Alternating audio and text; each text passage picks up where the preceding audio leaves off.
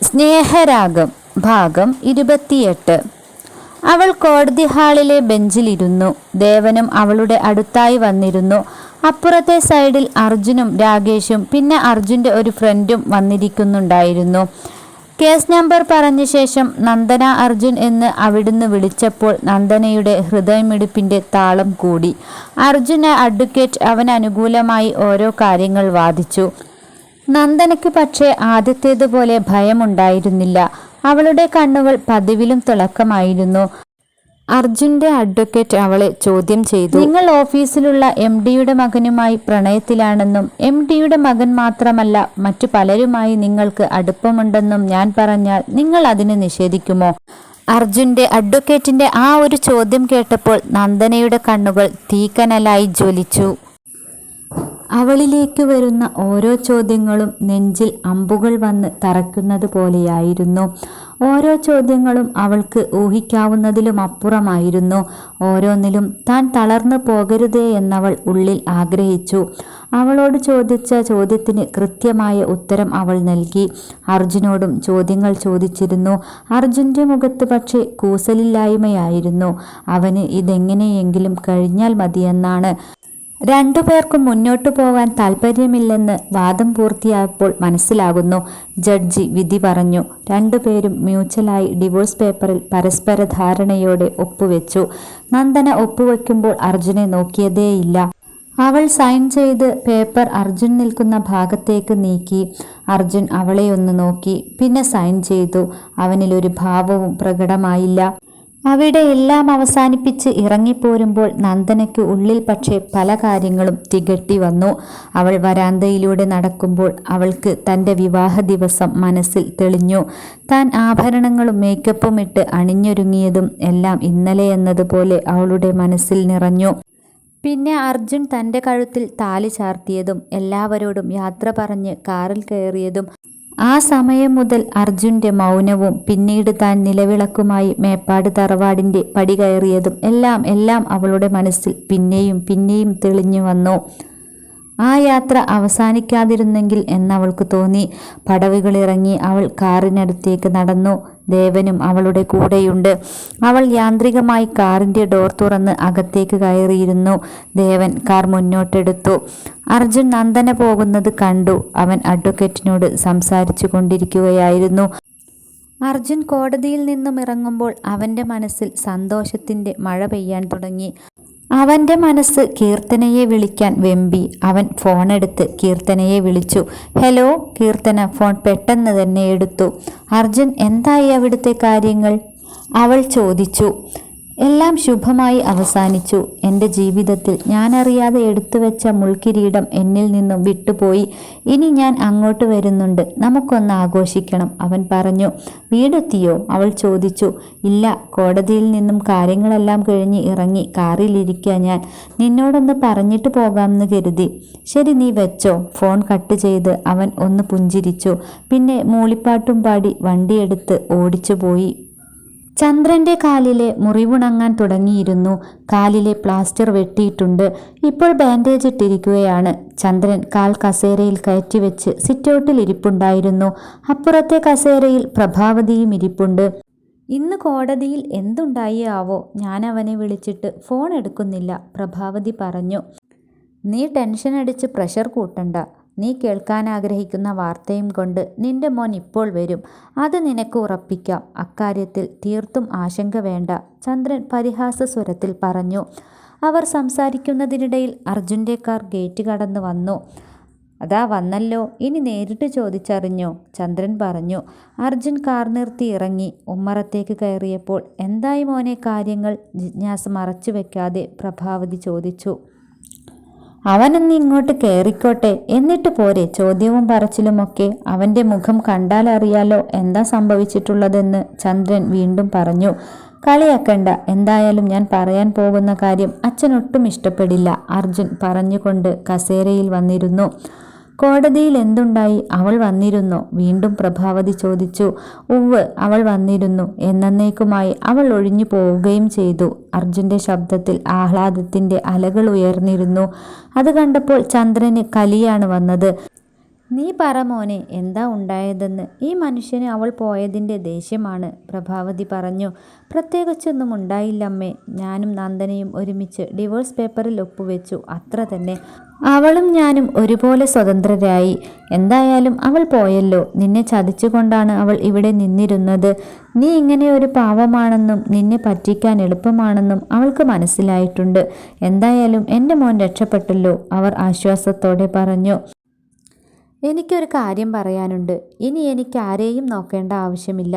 അമ്മ കീർത്തനയെ നിലവിളക്ക് കൊടുത്ത് സ്വീകരിക്കാൻ റെഡി ആയിക്കോളൂ, അർജുൻ പറഞ്ഞത് കേട്ടപ്പോൾ പ്രഭാവതി അന്തം വിട്ടു നിന്നു. അവൻ ഇത്ര പെട്ടെന്ന് ഇങ്ങനെ പറയുമെന്ന് അവർ കരുതിയില്ല. നീ എന്താ പറയുന്നത്? അന്താളിപ്പോടെ അവർ ചോദിച്ചു. ഞാൻ പറഞ്ഞത് കാര്യമായിട്ട് തന്നെയാ. എന്തായാലും ഇങ്ങോട്ടൊരു ട്രാൻസ്ഫറിന് ഞാൻ ശ്രമിക്കുന്നുണ്ട്. അത് ഏകദേശം ശരിയായിട്ടുമുണ്ട്. കീർത്തനയെയും കൂട്ടി ഇങ്ങോട്ട് മാറി താമസിക്കാനാണ് ഞാൻ ഉദ്ദേശിക്കുന്നത്, അർജുൻ പറഞ്ഞത് കേട്ടപ്പോൾ പ്രഭാവതിക്ക് ശരീരം തളരുന്നത് പോലെ തോന്നി. അവർ കീർത്തനയെ മേപ്പാട്ടേക്ക് കൊണ്ടുവരാനല്ല ശ്രമിച്ചിരുന്നത്. നല്ല കാശുള്ള വീട്ടിലെ ഒരു പെണ്ണിനെ കൊണ്ട് അർജുനെ വിവാഹം കഴിപ്പിക്കാനാണ്. എന്നാൽ അർജുൻ പറഞ്ഞത് കേട്ടപ്പോൾ താൻ സ്വപ്നം കണ്ടതെല്ലാം നടക്കാതെ പോകുമെന്ന് അവർ ഭയന്നു. ഒരു കുഞ്ഞുള്ള അവളെ നീ ഇങ്ങോട്ട് കൊണ്ടുവരാമെന്ന് വിചാരിക്കണ്ട, അവർ പറഞ്ഞു.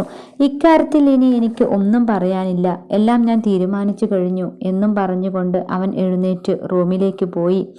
നിനക്ക് അങ്ങനെ തന്നെ വേണം. കീർത്തന വന്നു കഴിഞ്ഞാൽ നിനക്ക് നന്ദുവിൻ്റെ വില എന്തെന്ന് മനസ്സിലാകും. ഇക്കരെ നിൽക്കുമ്പോൾ അക്കരെ പച്ച എന്ന് നിനക്ക് തോന്നിപ്പോയതാണ് എല്ലാത്തിനും കാരണം, ചന്ദ്രൻ പറഞ്ഞത് കേൾക്കാൻ നിൽക്കാതെ പ്രഭാവതി അകത്തേക്ക് കയറിപ്പോയി. ക്ലാസ് ഇല്ലാത്തത് കാരണം നന്ദന വൈകിയാണ് ഉണർന്നത്. ഇന്നലെ അവൾ കിടക്കാൻ വൈകിപ്പോയിരുന്നു. പഴയ കാര്യങ്ങളും കോടതിയിലെ കാര്യങ്ങളും എല്ലാം ആലോചിച്ച് അവൾക്ക് ശരിക്ക് ഉറങ്ങാൻ കഴിഞ്ഞിരുന്നില്ല. ലേഖ എണീക്കുന്നേയുള്ളൂ. നന്ദന എഴുന്നേറ്റ് ഫ്രഷായ ശേഷം മെസ്സിൽ പോയി ചായ കുടിച്ചു. അവൾക്ക് നല്ല തലവേദനയുണ്ടായിരുന്നു. തുണികളെല്ലാം കഴുകിയിട്ട് റൂം ക്ലീൻ ചെയ്തപ്പോഴേക്കും ലേഖയും എണീറ്റു. നന്ദന കുളിയെല്ലാം കഴിഞ്ഞ് വന്ന് ബെഡിലിരുന്നു. പിന്നെ ഫോൺ എടുത്ത് വാട്സാപ്പ് എടുത്ത് തുറന്നു നോക്കി. അപ്പോഴേക്കും ലേഖയും എഴുന്നേറ്റിരുന്നു. നന്ദന കുളിയെല്ലാം കഴിഞ്ഞ് വന്ന് ബെഡിലിരുന്നു. പിന്നെ ഫോൺ എടുത്ത് വാട്സാപ്പ് തുറന്നു നോക്കി. അപ്പോഴാണ് ഫോൺ റിങ് ചെയ്തത്. നീതു ആയിരുന്നു. ഞായറാഴ്ചയായത് കാരണം അവൾക്ക് ക്ലാസ്സില്ലായിരുന്നു. കോടതിയിൽ നിന്നും വന്നപ്പോൾ നന്ദന വിളിച്ച് കാര്യങ്ങളെല്ലാം അവരെ അറിയിച്ചിരുന്നു. എന്താ മോളെ രാവിലെ തന്നെ, നന്ദന ചോദിച്ചു. ചേച്ചിക്കിന്ന് ലീവല്ലേ? ചേച്ചി എഴുന്നേറ്റോ? നീതുമോൾ തിരക്കി. ഉവ്, എണീറ്റു, അവൾ പറഞ്ഞു. പിന്നെ അവർ കുറച്ചു നേരം സംസാരിച്ചു. ചേച്ചി ഇങ്ങോട്ട് വരുന്നില്ലേ? നീതുമോൾ കുറേ വട്ടം ചോദിച്ച ചോദ്യം തന്നെ വീണ്ടും എടുത്തിട്ടു. ഇന്നലെയുണ്ടായ കാര്യങ്ങൾ പറഞ്ഞപ്പോൾ അമ്മ എന്തു പറഞ്ഞു? നീതുമോൾ ചോദിച്ച ചോദ്യത്തിന് മറുപടി പറയാതെ നന്ദന ചോദിച്ചു. ചേച്ചി മറുപടി പറയാതെ ഒഴിഞ്ഞു മാറുകയാണെന്ന് അവൾക്ക് തോന്നി. അമ്മയ്ക്ക് നല്ല സങ്കടമുണ്ട്, നീതു പറഞ്ഞു. അവൾ പറയുന്നതെല്ലാം നന്ദന മൂളിക്കേട്ടു. നീതുമോൾ ഫോൺ വെച്ച ശേഷം അവൾ ഓരോന്നാലോചിച്ച് തലയണയും മടിയിൽ വെച്ചിരുന്നു. ലേഖ കുളി കഴിഞ്ഞിറങ്ങി വരുമ്പോൾ ഏതോ മായിക ലോകത്തെന്ന പോലെ നന്ദന ഇരിക്കുന്നുണ്ട്. നീ എന്താ പകൽ സ്വപ്നം കാണാണോ? ലേഖ അവളോട് ചോദിച്ചു. ആ ചോദ്യം കേട്ട് നന്ദന തന്റേതായ സ്വപ്നലോകത്തു നിന്നും തിരികെ വന്നു. ഒന്നുമില്ല, നന്ദന ചിരിക്കാൻ ശ്രമിച്ചുകൊണ്ട് പറഞ്ഞു. എനിക്ക് വീട്ടിലേക്ക് കുറച്ച് സാധനങ്ങൾ വാങ്ങിക്കാനുണ്ട്. നീ എന്നെ ഒന്ന് ഹെൽപ്പ് ചെയ്യണം. നാളെ വൈകുന്നേരം ഞാൻ പോകും. പിന്നെ 2 ദിവസം കഴിഞ്ഞേ വരൂ. ഞാൻ ലീവ് പറഞ്ഞിട്ടുണ്ട്, ലേഖ പറഞ്ഞു. എത്ര പെട്ടെന്നാ കല്യാണമായതല്ലേ? അവൾ ചോദിച്ചു. നാളെ എനിക്ക് ഓഫീസിൽ കുറച്ച് ജോലിയുണ്ട്. ഇല്ലെങ്കിൽ ഇന്നേ പോകാമായിരുന്നു. നിരാശയായിരുന്നു ലേഖയുടെ വാക്കുകളിൽ. ചേച്ചിയോട് എൻ്റെ ഒരു അന്വേഷണം പറഞ്ഞേക്കൂ. എന്തായാലും നിന്റെ ചേച്ചിക്ക് സ്നേഹിച്ച ആളെ തന്നെ കിട്ടിയല്ലോ. അതുപോലെ തന്നെ നിറമുള്ള ജീവിതമാവട്ടെ അവരുടേത്, നന്ദന പറഞ്ഞു. ലേഖയുടെ ചേച്ചിയുടെ കല്യാണമാണ്. സംഗീതുമായി വർഷ കോളേജിൽ പഠിക്കുമ്പോൾ തുടങ്ങിയ പ്രണയമാണ്. അസ്ഥിയിൽ പിടിച്ച പ്രണയമെന്ന് പറയും പോലെ 2 പേർക്കും പരസ്പരം പിരിയാനാകില്ലെന്നായി. സംഗീതിൻ്റെ വീട്ടുകാർ ആദ്യം എതിർത്തെങ്കിലും പിന്നെ മോൻ്റെ ഇഷ്ടത്തിന് വഴങ്ങി. ലേഖയ്ക്ക് ഒരു ചേച്ചിയും ഒരു ഏട്ടനും പിന്നെ ഒരു കുഞ്ഞനുജത്തിയുമാണുള്ളത്. വീട്ടിലേക്ക് പോകുമ്പോൾ എല്ലാവർക്കും എന്തെങ്കിലുമൊക്കെ ലേഖ വാങ്ങിക്കാറുണ്ട്. അങ്ങനെ വാങ്ങിക്കാനായി കൂടെ ചെല്ലാനാണ് നന്ദനയെ വിളിക്കുന്നത്. നന്ദനയുടെ ഈ മടുപ്പും മാറിക്കിട്ടും, അതാണ് ലേഖയുടെ ഉദ്ദേശം. ഞാനില്ല, നീ പൊയ്ക്കോ, അതാണ് നന്ദന അവൾക്കായി നൽകിയ മറുപടി. പക്ഷെ ലേഖ അവളെ നിർബന്ധിച്ച് കൂടെ കൂട്ടി. സെന്ററിലേക്ക് പോകുന്ന ദിവസം നേരത്തെ എഴുന്നേൽക്കാറുണ്ട് നന്ദന. ഹോസ്റ്റലിലായാലും നേരത്തെ എണീക്കലും പ്രാർത്ഥനയും അവൾ മുടക്കാറില്ല. പതിവ് പോലെ നേരത്തെ എഴുന്നേറ്റ് കുളിച്ച് ഫ്രഷായി വന്ന് പ്രാർത്ഥിച്ചു. ലേഖ വൈകുന്നേരം അവളുടെ വീട്ടിലേക്ക് പോകും. നന്ദനയോട് കൂടെ ചെല്ലാൻ പറഞ്ഞെങ്കിലും തലേ ദിവസം എന്തായാലും താൻ എത്തുമെന്നവൾ ഉറപ്പ് നൽകി. അവൾ റെഡിയായി വന്ന് കണ്ണാടിക്ക് മുന്നിൽ നിന്നു. കണ്ണെഴുതി പൊട്ടു തൊട്ടു. എല്ലാം കഴിഞ്ഞ് റെഡിയായി. അവൾ റെഡിയാകുന്നതെല്ലാം നോക്കി ലേഖ അവളെ തന്നെ നോക്കി നിൽക്കുന്നുണ്ടായിരുന്നു. നിനക്ക് ഇന്ന് എൻ്റെ കൂടെ വന്നാലെന്താ? അവളോട് ലേഖ ചോദിച്ചു. ഇന്ന് വന്നാൽ ശരിയാവില്ല. മറ്റന്നാൾ വൈകുന്നേരം എന്തായാലും അവിടെ ഞാൻ എത്തും. വയനാട്ടിൽ വന്ന് വല്ല പരിചയമുണ്ടോ നിനക്ക്? അത്രയും ദൂരമൊക്കെ ഒറ്റയ്ക്ക് യാത്ര ചെയ്തിട്ടുണ്ടോ? ലേഖ ചോദിച്ചു. അങ്ങോട്ടെന്നല്ല, ഇവിടം വിട്ട് ഞാൻ എങ്ങോട്ടും ഒറ്റയ്ക്ക് പോയിട്ടില്ല. കല്യാണം കഴിഞ്ഞപ്പോൾ അർജുനേട്ടൻ്റെ വീട്ടിലേക്കും തിരിച്ചും ഒറ്റയ്ക്ക് പോയിട്ടുണ്ട്, അത്രമാത്രം, അവൾ ചിരിയോടെ പറഞ്ഞു. അപ്പം നീ എങ്ങനെ അങ്ങോട്ട് വരും? അതാ പറഞ്ഞത് എൻ്റെ കൂടെ തന്നെ പോരാൻ, ലേഖ ആശങ്കയിൽ പറഞ്ഞു. നീ പേടിക്കണ്ട, ഒറ്റയ്ക്ക് വന്നും പഠിക്കണമല്ലോ, പിന്നെ അത് ശീലമായിക്കോളും. ഇപ്പോൾ എനിക്ക് ആവശ്യത്തിന് ധൈര്യമൊക്കെയുണ്ട്, അവൾ പറഞ്ഞു. ശരി, ഞാൻ എന്തായാലും നിന്നെ കാത്തിരിക്കും, ലേഖ പറഞ്ഞു. അവിടുത്തെ സ്ഥലങ്ങളെല്ലാം കണ്ട് നമുക്ക് അടിച്ചു പൊളിച്ചു വരാം. ലേഖയുടെ പറച്ചിലെല്ലാം നന്ദന പുഞ്ചിരിയോടെ കേട്ടു. നേരം വൈകി, ഞാൻ ഇറങ്ങട്ടെ, ലേഖയോട് യാത്ര പറഞ്ഞ് നന്ദന ഇറങ്ങി. ലേഖ ഹോസ്റ്റലിൽ ഇല്ലാത്തത് കൊണ്ട് തന്നെ നന്ദനയ്ക്ക് വല്ലാതെ ബോറടിയായിരുന്നു. 2 ദിവസം അവൾ തള്ളി നീക്കുകയായിരുന്നു. ഒറ്റയ്ക്കിരിക്കുമ്പോൾ പല ചിന്തകളും അവളെ തേടി വരും. ലേഖയുള്ളപ്പോൾ നന്ദനയ്ക്കത് ആശ്വാസമായിരുന്നു. ഉച്ച കഴിഞ്ഞ് ലേഖയുടെ വീട്ടിലേക്ക് പുറപ്പെടണം എന്നതുകൊണ്ട് തന്നെ അന്ന് അവൾ ഹാഫ് ഡേ ലീവ് എടുത്തു. സെന്ററിൽ നിന്നും വന്ന് മെസ്സിൽ പോയി ഭക്ഷണം കഴിച്ചു. പിന്നെ റൂമിലെത്തി ഡ്രസ്സെല്ലാം എടുത്തു വച്ചു. 3 മണിയാകാറായപ്പോഴേക്കും റെഡിയായി റൂം പൂട്ടി താക്കോൽ വാർഡനെ ഏൽപ്പിച്ച് അവൾ ഇറങ്ങി. ഒരുപാട് യാത്ര ചെയ്ത് ശീലമില്ലാത്തതിനാൽ അവൾക്ക് നല്ല ടെൻഷൻ ഉണ്ടായിരുന്നു. എന്നാൽ ലേഖ ഇടയ്ക്കിടയ്ക്ക് വിളിച്ച് കാര്യങ്ങൾ അന്വേഷിക്കുന്നുണ്ടായിരുന്നു. വയനാട്ടിലേക്ക് ബസ് കയറുമ്പോൾ അവളുടെ മനസ്സിൽ ലേഖയും അവളുടെ ചേച്ചിയുടെ കല്യാണവും മാത്രമായിരുന്നു. മറ്റെല്ലാം മനഃപൂർവ്വം അവൾ മറന്നു. ബസ് സ്റ്റോപ്പിൽ ലേഖ കാത്തുനിൽപ്പുണ്ടായിരുന്നു. ഫോണിലൂടെ ലേഖയുടെ നിർദ്ദേശം കിട്ടിയതിനാൽ തെറ്റാതെ തന്നെ നന്ദന അവിടെ എത്തുകയും ചെയ്തു. ബസ് ഇറങ്ങി ഓട്ടോയിൽ വേണം ലേഖയുടെ വീട്ടിലേക്ക് പോകാൻ. ചുരമെല്ലാം കയറി ഒരുപാട് ദൂരം യാത്ര ചെയ്തത് കൊണ്ട് തന്നെ നന്ദന ആകെ ക്ഷീണിതയായിരുന്നു. നല്ല തലവേദനയും ഉണ്ടായിരുന്നു. ഓട്ടോയിലിരിക്കുമ്പോൾ നന്ദനയോട് യാത്രയെക്കുറിച്ച് ചോദിച്ചെങ്കിലും അധികം സംസാരിക്കാതെ എല്ലാം ഒറ്റ വാക്കിലൊതുക്കി അവൾ.